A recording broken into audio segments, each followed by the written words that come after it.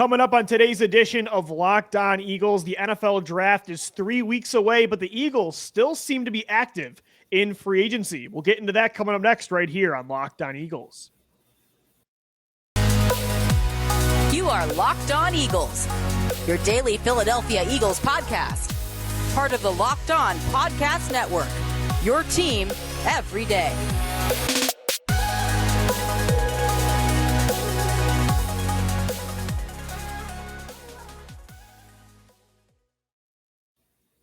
We thank you so much for making Locked On Eagles your first listen each and every day. Welcome in, everybody, to a Thursday edition of Locked On Eagles, your daily Philadelphia Eagles podcast, available on all podcast platforms, on YouTube as well, and on Twitter at Locked On Birds, at GC24_football, and at DiBiase LOE. As we mentioned today, we're going to get into some rumors today about the Eagles, I should say reported interest in free agents on the defensive side of the football. Also, they were trying to at least, feel around in the wide receiver trade market. We'll get into that, how it impacts the draft as well, and some more updates on this Thursday edition of the show as we are officially 3 weeks away from the NFL draft. Cannot wait to go live. But Gino, at the same time, this is the most anticipated draft for the Birds since 2016 when they traded up for Wentz. But at the same time, there's just so much I want to talk about still. It's like this is coming up fast. And to throw a giant wrench in the whole thing, we had the trade that came up last week, which exactly makes you and I reevaluate everything. We get 3 weeks of having to re-question everything and come up with brand new scenarios. It doesn't change everything, but it impacts a lot. Absolutely does. And I mean, there's talk in free agency that they're still looking to acquire guys like the Honey Badger at a position of need at safety, which you and I would love if they took a stab at that on day one. But in all reality, you're probably going to overdraft that type of player if you were to stay at 15. In the first 18. round, safety for sure. Because after Kyle Hamilton, I really like Jaquan Brisker, Jalen Petrie, Lewis Cine, but I'm with you. I don't know if any of them are worth that pick. Probably a move down or your second round selection. And now with just two, I think they kind of stick to their guns and stick to what they know best. Offensive line, defensive line. Like that's where my head is at right now. And I fully believe that they're going to go 2 picks in the trenches back to back, just philosophical based. I mean, that's what they've done for so long. And it would be great to get one of the top guys, but here we are saying that we could still sign Tyrann Mathieu and fill that position in need, while at the same time knowing we can still draft that type of player, but we don't have to over-select that player. If Kyle Hamilton falls to 9 or 10, get on the phones, Howie. Like, we should probably be a little bit interested. And at the same time, if an opportunity presents itself to trade back again and acquire more assets, which is a completely other avenue that we could see, and he has done. He's traded up and down in multiple drafts. Howie Roseman could be looking at making a big move still in free agency in this window of Howie season, which if you go back over the tenure of Howie Roseman, this guy just signs people all throughout the calendar year. It never really stops. Even though the draft is coming up, they're still interested in one of the biggest free agent names still out there at a position that they need in the worst possible way. 100%. Yeah, that's what Ian Rappaport said on Twitter today, is that according to his sources, Tyrann Mathieu did have a virtual visit with the Eagles as Philly, quote, has emerged as a prime location for one of the top free agents. The Honey Badger also visited the New Orleans Saints on a free agent visit as well. Gino, again, the draft's coming up in 3 weeks. I want this team, regardless of what they do in free agency, still to, pursue positions like safety, cornerback, linebacker, positions they don't often take high in the draft for long-term core pieces. But, after you missed out on Marcus Williams, after Justin Reed went to the Kansas City Chiefs and replaced Tyrann Mathieu, both of us agreed that the Honey Badger would probably be your best bet in the safety pool. And you don't need just one safety right now. Even with Anthony Harris coming back and, who knows with Rodney McLeod and Marcus Epps, Kevon Wallace, to me, you're going to want to add multiple safeties still in this offseason. If you can pair the Honey Badger with like Jalen Petrie in the second round, I mean, that's awesome. I know Mathieu is, 30 years old already, but this guy has 13 interceptions in his last 3 years, 3 last year, 6 the year before, 4 before that. With how instinctive and smart he is in coverage, this would be a haul in the late portion of free agency in April. You add him, Hassan Riddick, Kazir White. That's a lot of speed and versatility in a free agent class in a year that you have all this draft ammunition. And you talk about his age, right, Lou? I mean, Malcolm Jenkins, he just retired, and he's and he not could much still play. Yeah, he absolutely could still play if he wanted to. I look at Rodney McLeod as well. Like, he's in that prime position to come back now on a 1-year deal if you do re-sign the Honey Badger and you fill in the gap with him, you fill in the gap with Anthony Harris, while at the same time having the ability to bring back Rod if you want to draft another guy. And he doesn't fill the longest term need, but he's still young enough to where you could sign him for a 2 to 3 year deal and get by with high quality play. Like, we don't see Darius Slay as like a 5 to 10 year player still, but he's also not like a stopgap. He's a core piece. The veterans are still part of your core, Gino. I mean, this isn't a 35, 36-year-old that you're like the Chicago Bears trying to maximize Jason Peters still.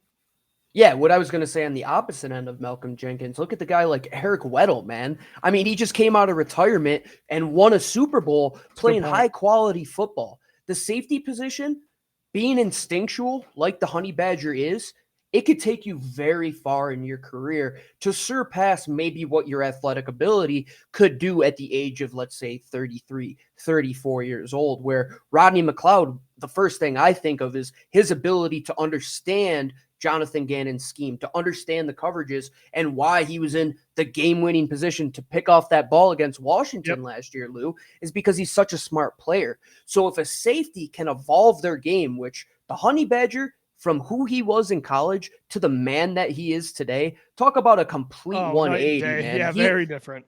He's the leader that you want in that room, and he could go up against all of the top guys in this division. You talk about the big wide receivers. Yeah, like look at Michael Gallup. Like you could get him and let's say your other corner too to kind of bracket him a little bit. That's a much better matchup than Marcus Epps bracketing somebody with your cornerback number 2. Tyrann Mathieu could take away tight ends as a whole. He could guard running backs. He could come down and fill against the run.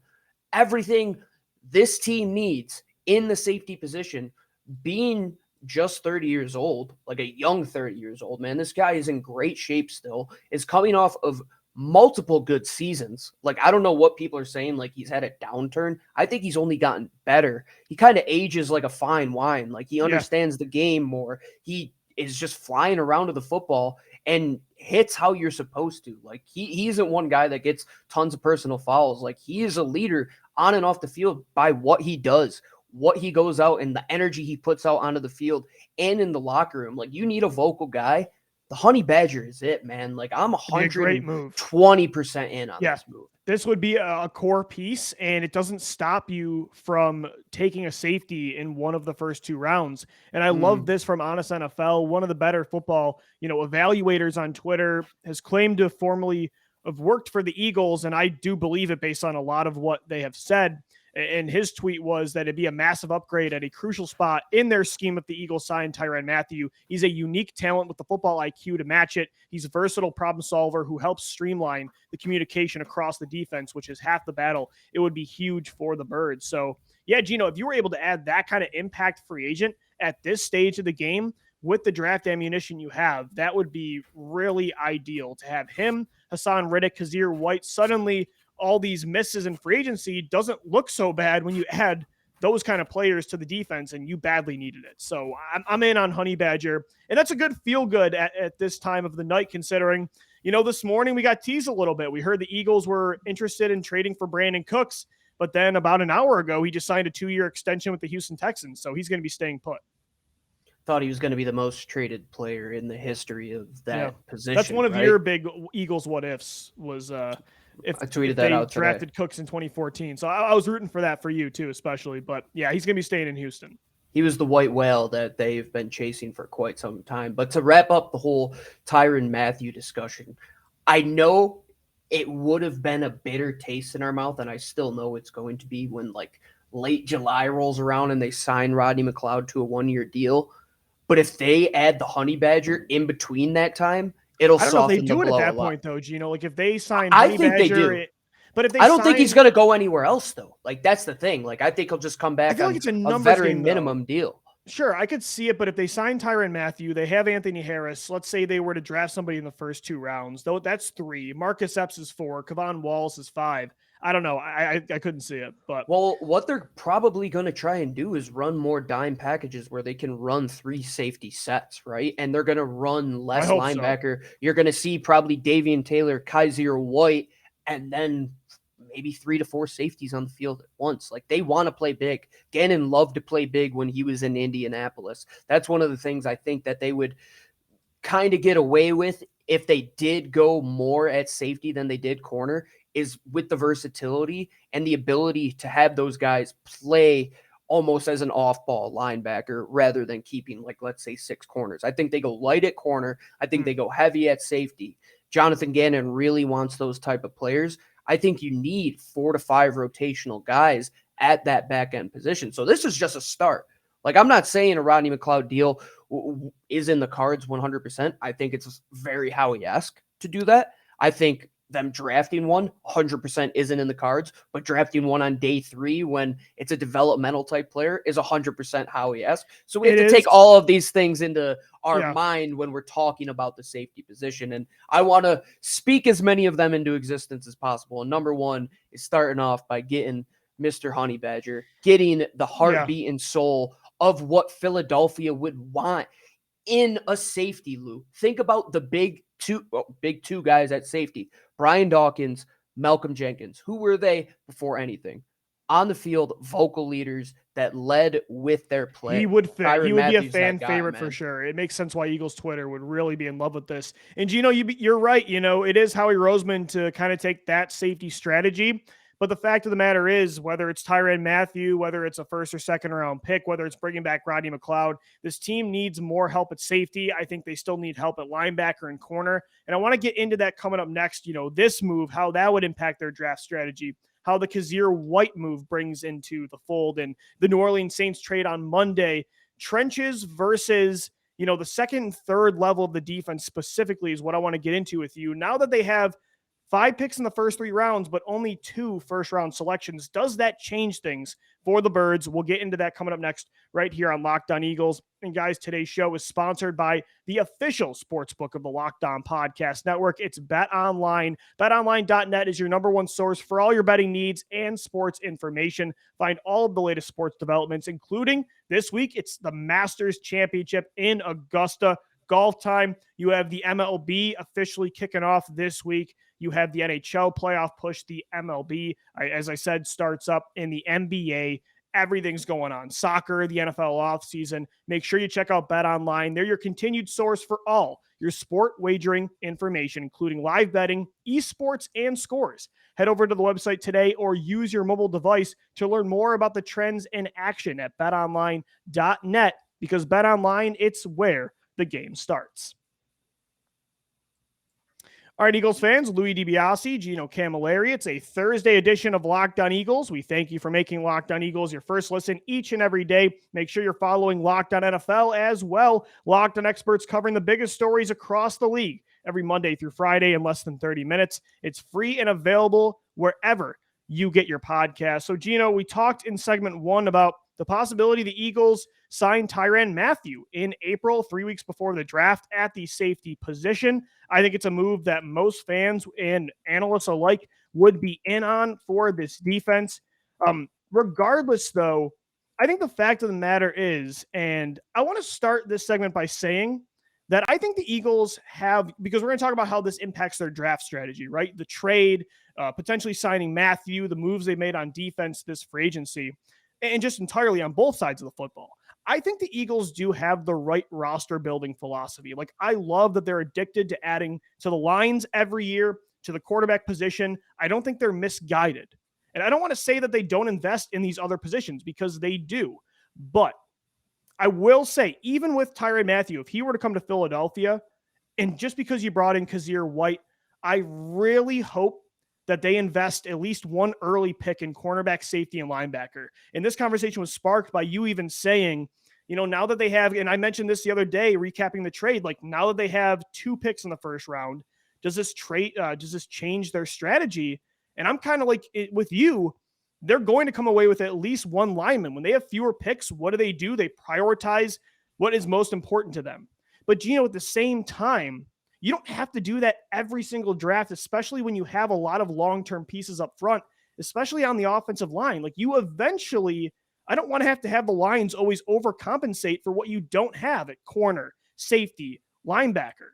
It's okay to invest once in a while a top pick at these spots. And I hope with at least one of those picks this year, they do that at one of those premier positions, because in the NFL nowadays, it's not as important as the trenches, but in a pass-heavy, space-dependent league, you need that. You need talent in speed, athleticism, versatility, like Mathieu at those positions. Long-term, young and cheap. One of the things that has really been like kind of getting on my nerves with the whole Jalen Hurts discussion is the idea that they haven't helped him out. We do know what those first 2 selections were last year, right? Like the Heisman Trophy winning wide receiver who just happens to be a future star in this league. Yeah. And then they get Landon Dickerson, right?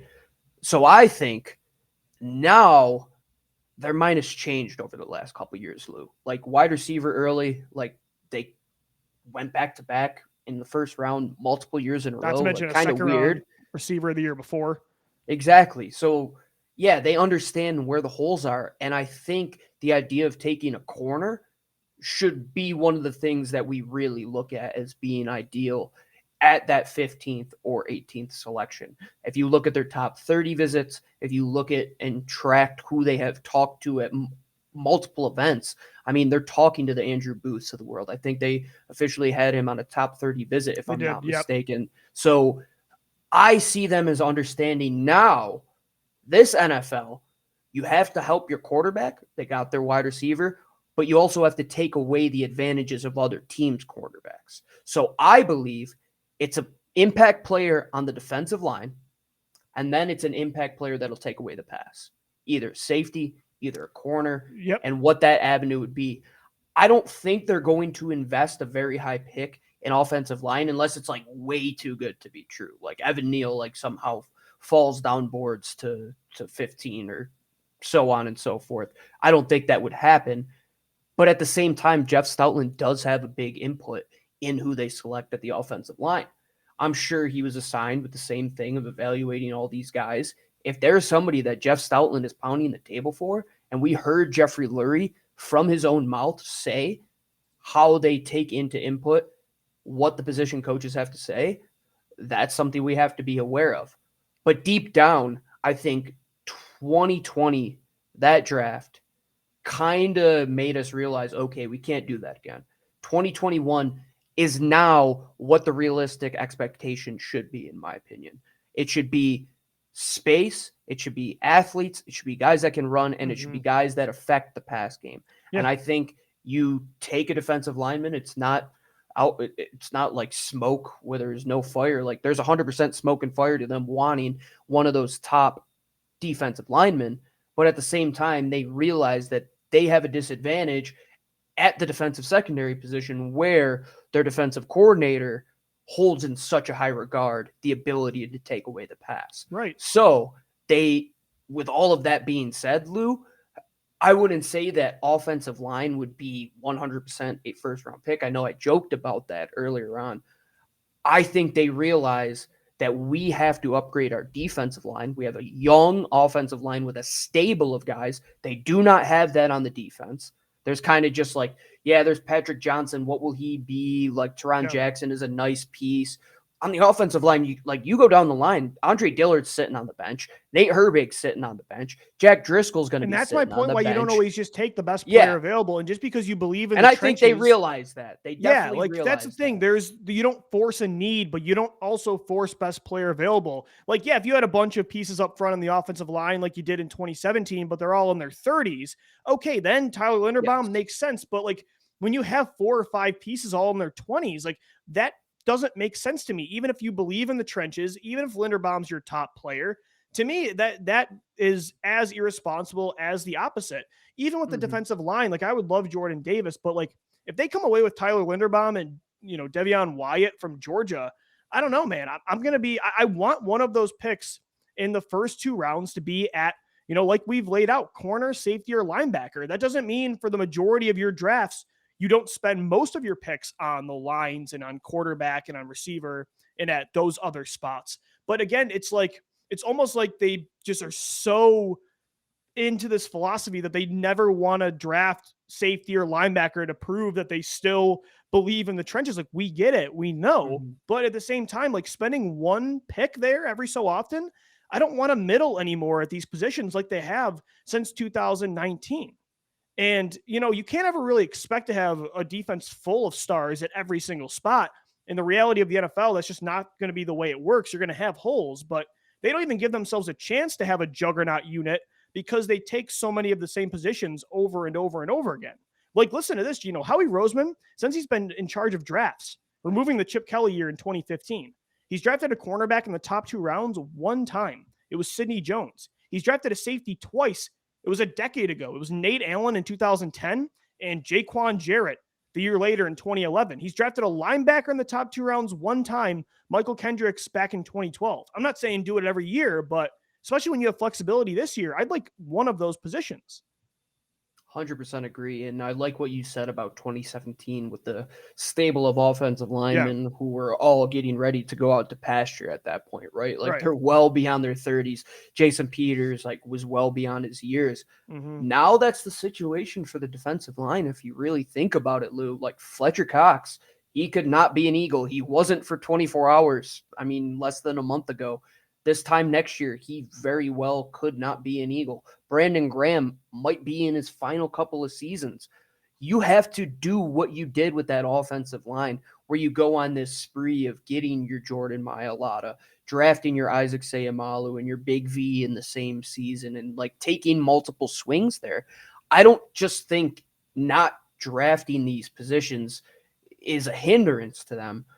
Not drafting talented players is the hindrance. Like, yeah, they went back to back with Sidney Jones and Rasul Douglas. Those guys didn't fit what they wanted to do. I think there is much more cohesion between the front office, between the coaching staff. I believe that Howie wants to help Johnathan Gannon as much as possible. Look at what that first free agent signing was. They overhauled the offense last year. I think they're really in the depths of taking those swings on defense. And it all starts now. And I think they really want to get one of those top guys to do exactly like you said, Lou, and put that pillar in place for the future. Yeah. They need one of those guys because in a couple years, Javon Hargrave, he's got to sign an extension soon, right? Do you extend him with Milton Williams in the room? These are all questions that have to be asked. But the one question that nobody's talking about is what the hell's going on at cornerback too? Like, we talk about defensive line all the time. We talk about offensive line. But you're right, Lou. You can't get in the Andre Dillard situation where you just take the best player on your board when you have a gigantic need. Again, BPA doesn't always make sense. Like, Gino, I go back to corner when you had like none of them worked out. But when you had, let's say, heading into 2019, you had Ronald Darby coming back, Jalen Mills, Sidney Jones, Rasul Douglas, Cravon LeBlanc, Avonte Maddox. You had like 5 players you invested at least a 4th or higher in the last 3 years. Drafting a first round like Greedy Williams in the first round that year would have made 0 sense to me. That's a waste of an asset, even if it's not that first round pick. I remember we were always just making fun of people that even said that. Yeah, because then if you're not wasting that first round pick on Greedy Williams, you're throwing out the second round pick on Sidney Jones. Somebody's not playing. And again, that doesn't mean like if you have holes filled right now, but they're all in their 30s, that you don't take that player. Future needs are as important, if not more, for the draft. But again, this whole like black or white tunnel vision, take the best player on the board thing, I never bought that. And when you look at teams' track records, most of the time you could say there was a need at that position. So that's what I'm saying here. And with the offensive line right now, not that they're good completely. If they want Dickerson still at left guard, yeah, you could probably take Linderbaum and justify it at center long-term, but I'm tired of not having like long-term core pieces, at least one at linebacker. And then, since Malcolm Jenkins left at safety, I mean, more than anybody, like we've been dying to get a versatile prospect in there. Just give me time. One, man. Yeah, Please. that's what we're saying. We're not saying change your philosophy and No. suddenly go all in on that every single year. But I go back to the 2002 draft where they drafted Lito Shepherd in the first round, Michael Lewis in the second, Sheldon Brown in the second. It's like no lineman there. I know that sounds crazy with now, Bobby but Taylor and Troy yeah, Vincent like already Philadelphia, there. Yeah. we get that you believe in the trenches, but you don't have to do it every year. Like it's okay to prioritize other things at times too, especially as we said in such a space dependent league right now. I don't want to have TJ Edwards out there on 3rd and 13. That's not something I want to have athletes on the 2nd and 3rd level. So you don't have to overcompensate with the lines. So it'll be interesting to see. I mean, I want to preface this all with saying it's not like they haven't invested in these spots, Gino. They just haven't, like they've traded for Slay. They, drafted Jones and Douglas and traded for Darby, and they spent a 3rd on Taylor and they signed Kazir White. Like they have done things, but they haven't really invested like top picks there. And I would like 1 year that they do that. Not going to find me arguing. Yeah, I know. You've been leading this campaign forever. I'm just preaching to the choir. And that's why I go back to like 2019 and 2020, and you see the difference in those two drafts, right? Where 2019 was more production based, 2020 was more traits. Then 2021, I keep saying it's like that great melting pot of the last couple drafts. And the one thing we learned when Howie said, can they run? Can they play? Do they love football? The first two, like, can they run and can they play? Like, that's a playmaking position where you have to be an incredible athlete. And I think they value that now, especially looking across at this division, Lou. You can't look at the guys you're defending, the Terry McLaurins of the world, and Curtis Samuel's going to be back there next year with Antonio Gibson in the background there. And I mean, you have the whole slew of guys in Dallas that are just great athletes, and New York, Kadarius Toney. Like, you're going to have somebody that can cover a player like that consistently. Yeah, Darius Slay is great. Yeah, signing Honey Badger is great. But brother, let me tell you, these guys don't play forever. And the one place you can get a player at the youngest that they are is the NFL draft, and build them up in the mold and the vision of what you want them to be. There's a stigma with drafting for need, but Gino, I always say, like, it bothers me when people are like, you address needs in free agency. I'm like, I don't want to always throw a contract and force a need in free agency when I can get a better, cheaper talent in the draft that I have 4 or 5 years of contract control. Like, what is this? Yeah, you don't force a pick that on a guy that's 15 spots lower on your rankings than the value of your pick. But I don't get the stigma with drafting for need. The draft, it's like going to a grocery store and you have eggs, waffles, and lunch meat at home, and you go to the grocery store and your wife's like, what'd you bring back? The same stuff. It's like, well, I mean, you go there, you don't force it, but at the same time, like, the draft is for, replenishing resources, even if it's for down the road. So and that's what I want. Like, we want long-term pieces. We don't want Band-Aids. And I'm sick of Band-Aids, especially at the safety position. Like, I can't do these 1-year moves anymore. And I know it's only been 2 years, but they didn't set themselves up. It's all, as you've mentioned before, it's all reactive instead of, what's the word I'm looking for Proactive. here? Proactive. Yes, since Jenkins and McLeod. And so it's time to get more proactive at those spots. In corner, like, learn your lesson from safety with corner. Prepare for post-Slay life. I don't want to go back to where we've been the past decade. No, you don't. And I think a good way to look at this whole best player available versus drafting for need. Yeah. Let's say you have 2 players on your board at 15, right? Let's say you have an offensive lineman who you have graded as an A+. Yep. Let's say that you have a cornerback that is an A+, but he's a few points lower. Let's say he's a year older, which in draft terms, like, that's a big hindrance. Let's say he only had 2 productive seasons over an offensive lineman's 3 seasons. But you see what you have on the offensive line. You're willing to bite the bullet a little bit and take that player at the position of need. You don't just say, yeah, that guy has a higher grade, we automatically take him. Yeah, if there's a 15-player difference, a round difference between them, and you don't have a dance partner to move back, yeah, I mean, I get the understanding. If it's like you don't Tyler take Danny Linderbaum Watkins or Marcus. Field. Yeah, you don't take Danny Watkins or Marcus Smith. No. But And, like it's just not black and white. There's a vast middle ground here between best player. It's a flow chart with so many different angles to it. Position value. Forever. Yeah. Position value plays a part. If you have a need at left tackle and a need at linebacker, you're going to take the tackle, even if he's 2 spots lower. There's also depth of the class. Like if we can come back around and get an edge rusher in the second round, but corner's thinner, we might have to get our corner now. There's just, there's so much to it. It's just, I don't like the black and white tunnel vision of it sometimes that the group think gets into. And that part bothers me, but it's always interesting. Draft philosophy, it varies per team, per analyst, per fan. It's totally subjective and anything can work. That's the kind of the beauty of it. Right. And we've been through the ringer with Howie Roseman. Yeah. His philosophy has changed a million times. And we have to look at his most recent example. And I look at 2021 as a huge evolution in what Howie Roseman was able to do. What do you think changed in 2021? Like I've heard that brought up. Like what do you reality? Think is the big thing? I think he just like reality hit him in the face. He's like, I can't try and be smarter than everybody else. Yeah, that's a good way to put it. Yeah, like drafting Devontae Smith and going above New York, who clearly was going to draft. It's the obvious move. Yeah, it's the obvious move, right? Like sometimes when the door says push, don't pull it.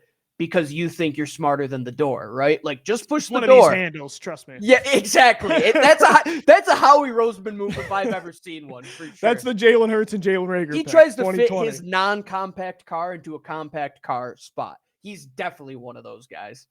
Dude, that's a great way to put it. Let's end it on that analogy. Guys, this has been Locked on Eagles. Thank you so much for tuning into this Thursday edition of the show. We'll be back for another podcast tomorrow, 5 a week, all year round, Monday through Friday on all podcast platforms. On Twitter, follow us at Locked On Birds, at DiBiase LOE, and at GC24_football. Got to make sure to plug our YouTube channel. We have YouTube exclusive content as well as all our full episodes posted on our YouTube page. So please subscribe to that channel as we continue to grow our video. For Gino Camilleri, I'm Lou DiBiase signing off. Thank you for making Locked On Eagles your first listen each and every day. As always, thank you for downloading. Thank you for listening and watching. And let's go Birds. Fly, Eagles, fly.